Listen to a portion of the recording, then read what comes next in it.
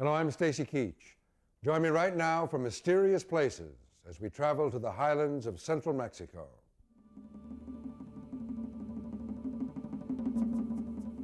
At the height of its power, this ancient city was home to some 200,000 people.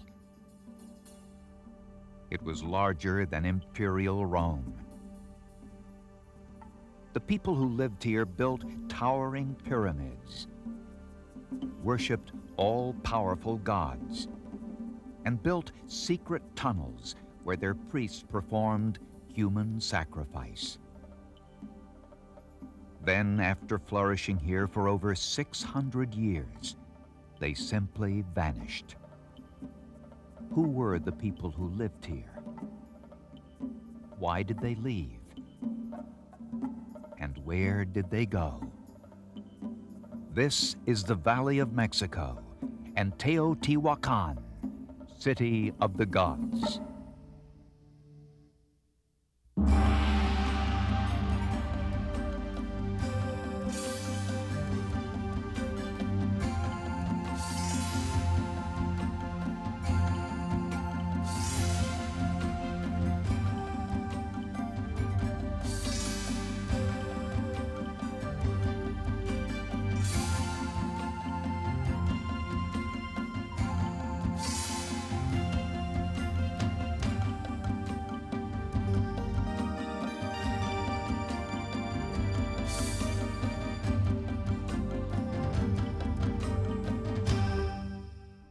One of the most frustrating aspects of our study of Teotihuacan concerns language, or lack of it. It seems the inhabitants of this great civilization, whoever they were, left behind no written records. So many of the words and phrases you will hear describing various structures and gods come not from the Teotihuacanos, but from the Aztecs, who came along centuries later. In fact, it was the Aztecs who named the city itself, a name we still use today, Teotihuacan, City of the Gods. The world's largest city, Mexico City, a modern metropolis boasting over 20 million inhabitants. It is a vital force in the cultural and economic life of Mexico, and in fact, all of Latin America. Yet, it isn't the first powerful city to dominate this region. Just 30 miles northeast of here, we discovered the ruins of another great city. It is the ancient city of Teotihuacan. Linda Manzanilla is an archaeologist with the National University of Mexico. It's the first urban development of Mexico, of Mesoamerica. It's the first large city, the hugest concentration of human beings in an urban environment, and the most powerful capital of a state. Wandering through Teotihuacan today, visitors often marvel at its scope. While Teotihuacan spans over 9 square miles, it is the core of the city, with its palaces and temples, sculptures and monuments, which generates the most curiosity. Among the most impressive structures is the Pyramid of the Sun. Some believe it may have taken up to 10,000 men over 10 years to build. Towering 230 feet high, it looks out over the city, providing a panoramic view for those daring to make the climb. Nearby, we discover the Pyramid of the Moon. Researchers believe this pyramid was once topped by an enormous statue weighing more than 20 tons.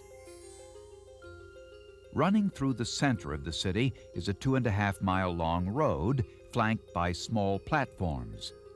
Early explorers thought the platforms were actually tombs, so they named this the Avenue of the Dead. The unique story of Teotihuacan, why it was built, how it rose to power, and what led to its abandonment, begins over 2,000 years ago with a society of people, their origins unknown. Around 100 BC, a volcano devastated the area south of Teotihuacan. Did the survivors of this natural disaster migrate north to more fertile ground, to the valley of Teotihuacan? No one knows for sure, but we do know this. Around the same year, a diligent and industrious people began to build here. They continued to build for the next 700 years. As we look out upon their city, we can't help but wonder, how was such a massive construction project organized, and why? ¿Qué vas a sacar ahorita, Domingo? It needs, for me, a huge stately power to organize this human force to build. But it also needs maybe ideology. Was this ideology religious in nature? Many archaeologists believe that powerful priests controlled the city. They could have both organized and inspired citizens to accomplish such tremendous archaeological feats. Indeed, throughout the city we find images of powerful deities, particularly at the Temple of the Feathered Serpent, a god the Aztecs called Quetzalcoatl. Over the past century, researchers have uncovered human remains here. They may have been sacrificial victims. Linda Manzanilla's own work focuses on ceremony and ritual. In 1987, we started a project to study a system of tunnels going underneath the northern part of the city. Manzanilla hypothesized that the powerful priests of Teotihuacan used these tunnels to perform rites dedicated to the rain god, Tlaloc, but she needed proof, and so her investigation began. At first, the team uncovered various artifacts. Then finally, a piece of evidence which proved a link between the tunnels and the rain god. Okay. Está muy perturbado esto, muy deleznable. This is the third cave we have excavated in the eastern sector of the Pyramid of the Sun, just behind the Pyramid of the Sun. We have found 7 babies buried underneath the hole in the ceiling of the cave as part of a rain god cult. We may even imagine rain pouring down from the hole inside the cave as a place where rain was propitiated. For Manzanilla, the discovery is both intriguing and relevant to her study. For instance, we know that newborn babies were sacrificed to Tlaloc. Their tears were considered offerings to the rain god.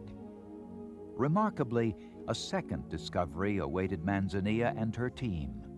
We also found 3 seated burials towards this pillar, and they were very well preserved, except this last one. You may see the spine of the last adult buried here. They were sitting, looking towards the south, and we believe they were guardians of something that may be buried underneath this pillar. Could it be, as Manzanilla suspects, they were guarding the body of a high priest? Up until now, archaeologists have uncovered very few remains of important or powerful citizens.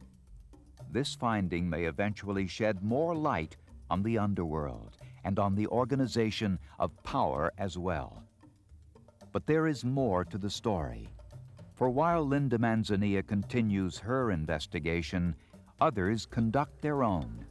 Others whose research reveals much about daily life in the city of the gods. Stay with us as we continue our investigation of Teotihuacan, City of the Gods.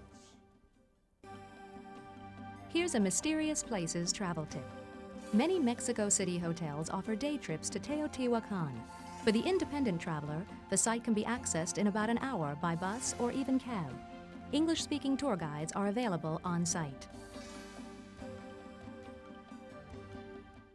We're back in the highlands of central Mexico with Teotihuacan, City of the Gods.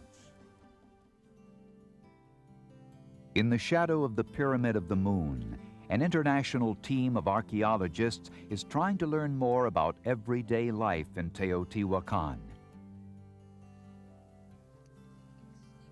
Anik Daniels and Livy Gracioso are among them. For nearly a year, they have been excavating the site of a residential complex. They are helping to piece together the story of the city of the gods, stone by stone. At the very beginning, let's say until 300 AD, Teotihuacan was mainly a ceremonial center. It was not a city yet. And then between 300 and 600 AD, according to the general chronology, obviously, it grew enormously till 22 square kilometers. During this golden age, Teotihuacan flourished as a center of trade and manufacturing. Over 400 workshops kept the economy churning. At the Teotihuacan Museum, visitors can see evidence of this productivity and commerce. Ceramic pots and vessels traded from outside the city. Pottery and statuettes manufactured inside the city. And tools made from the obsidian so abundant in this area.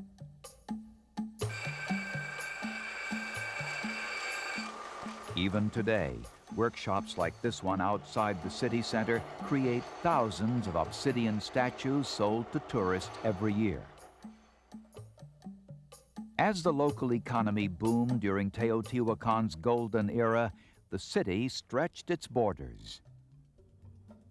To investigate, we travel less than a mile from the city center to Teotitla, a typical residential compound. At first glance, it is remarkable in its urban efficiency. Yet even in these modest surroundings, splendid murals drawn from lime and fine quartz powder drape the walls. Teotitla is one of the best preserved of the residential complexes. Of the 2,000 built during this time, many remain unexcavated. But as the digging continues, archaeologists hope to learn more about the Teotihuacanos. Some focus on how they interacted with other great civilizations. Livy Gracioso is studying the connection between Guatemala and Teotihuacan. During the course of her investigation, Gracioso made a discovery which she says proves this connection. Almost at the end of our diggings, we found what is a very important finding. It's a pegged cross, or what it's called a peg cross. Pegged crosses are found from Arizona in the States all the way down to Huachactún in Guatemala. A pecked cross is named for the tiny holes pecked into its foundation. Its very presence at a Teotihuacan site suggests a certain level of contact and trade with other cultures. The pecked cross may also provide clues to the scientific world of Teotihuacan. Some archaeologists believe it was used for astronomical observation.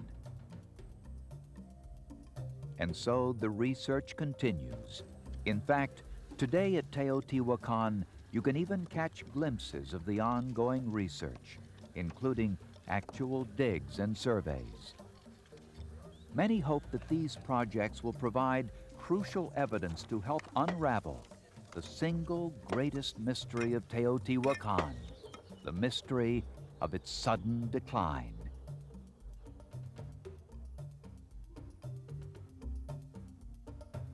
We'll be right back with Mysterious Places. We now continue with Mysterious Places. Imagine for a moment Teotihuacan. It is the 7th century AD. The city is at the height of its power. Crowds filled the streets much as they do today.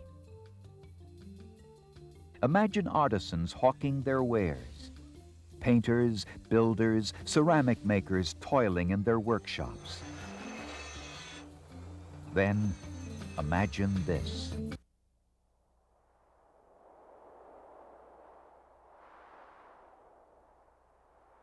nothing. Around 750 AD, the people of Teotihuacan vanished. The city was abandoned, its massive structures left to ruin in the sun-baked Mexican valley. Why did some 200,000 people leave behind such a glorious city? Where did they go? To date, we have only theories. One theory points to a cataclysm as the cause of the city's demise. A food shortage, perhaps, or a fire. In fact, archaeologists have found evidence that parts of the city were burned. Some believe that barbarian tribes from the north invaded and set fire to the city. The older theory was that it had been a huge burning and destruction and everything by the late Teotihuacan period, would, completely break down. At first, they thought they were foreign invasions because we have ceramics that appear that come from the north. As archaeologists continued to study Teotihuacan, this theory eventually evolved into a theory of self-destruction. As long as they kept the idea that Teotihuacan was destroyed at the end of its history, they said, well, the destruction was not by foreign people, it was from the local people, you know. They had two factions that started fighting against each other, a huge civil war, and then destruction and everything followed. Then people left. Did the Teotihuacanos dismantle or even destroy their own city? Was some sort of internal conflict to blame? Perhaps disputes among rival religious leaders? Perhaps the most intriguing new theory is advanced by Linda Manzanilla. She takes a broader view of Teotihuacan's demise, focusing on a chain of events set off by the sheer size of the city. 200,000 people for a pre-industrial level of organization is too much. So there were also internal conflicts going on. Too much urban concentration, foodstuff was not available. But the main part, I think, was the ecological impact of the city in its environment. Today, the valley surrounding Teotihuacan is dry and barren. But it was quite different during the golden age of the city. Over 80 springs flourished here, and lush green forests draped the landscape. Did the Teotihuacanos deplete the natural resources here? You can imagine 200,000 people also consuming wood for domestic foodstuff preparation, or for ceramic production, or for roofing all the city. So it's quite a lot. Of course, this may have led to other problems. So they really did a deforestation of the area. So hard that the main water level came down. There was soil erosion. There was problems with foodstuff production, so it really was a catastrophe. If Manzanilla is right, the food shortage and depletion of resources may have led to internal conflict or even revolution. She says evidence has been found to support this. And there was internal revolt because all the main part of the city, the civic part of the city, was burned. Not all the city, but only the main part where the priests were governing, for example. These priests devoted to fertility were not doing their part. Their part, of course, was to pray and ensure that the rain flowed, crops grew, and the city thrived. Perhaps they failed in their efforts. And so, as we piece together the clues to Teotihuacan's demise, as we probe beneath the surface, as we study the remarkable ruins, we uncover curious parallels between this ancient city and our own modern cities. overcrowding. Economic hardship. Are these the factors that doomed the city of the gods? We may never know, but we can admire the ruins. Ruins of a grand experiment in urban planning that somehow went awry. As we've seen, the latest research at Teotihuacan has provided new important information about its ancient inhabitants. Equally exciting are the most recent discoveries made off-site. A curious traveler can find several barely excavated cities that may have served as important trading partners for Teotihuacan. Hopefully, they may one day further our understanding of what life was like in the city of the gods over 1,000 years ago. Until next time, I'm Stacy Keach for Mysterious Places. Mysterious Places travel provided by Mexicana Airlines.